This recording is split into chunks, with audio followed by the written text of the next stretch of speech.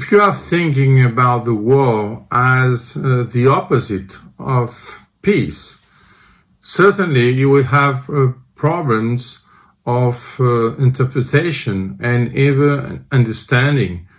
Why? Because in reality, war is something natural in the history of mankind. In reality, it's just a tough crisis. So the problem is not to say I'm against war. The problem is, maybe the solution is to consider how can I manage war, and can I use it as a tool and not only as a weapon. And I mean by that if you can manage a crisis, you can find something new, something different. So we can imagine also that it's possible to have a growth through war and crisis. And the question is not just how to recover the status ante-war. The idea is to evolve.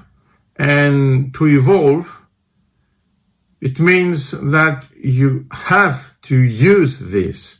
So a crisis, a war, is something which disturbs you,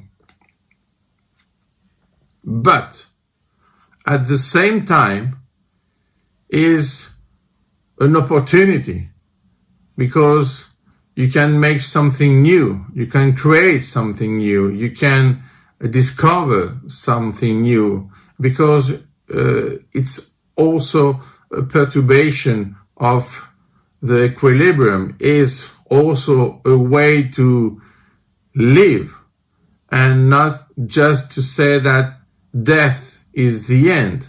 So how can we use this kind of thinking about the war?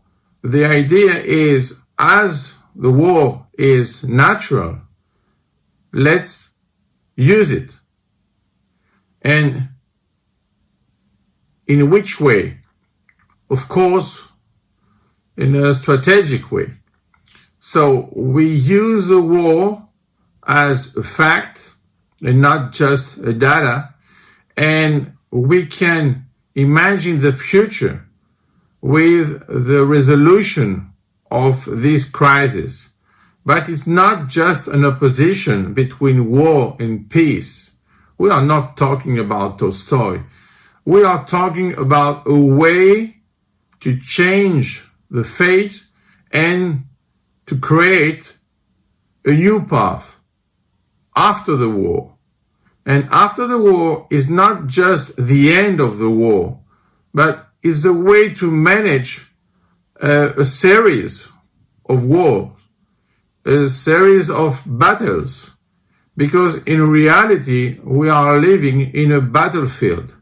So the idea is, can we use it to be more human, to be more wise? And the answer is yes. Why? Because in this kind of crisis, you can see the real personality, the real soul of the human beings. And with this knowledge, not only information, you can bring to the future a new knowledge and not only a new data. So it's a way to create. In this way, we can imagine that the opposition with peace is that peace is almost the erasing of a problem. But the problem has a life. It's not just a question of annihilation. It's also a question of creation. And to create something, you need to manage the war.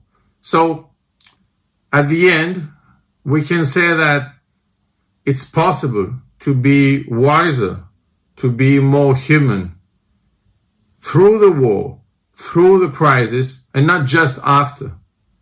because the need of humanity is exactly at that moment and not just after.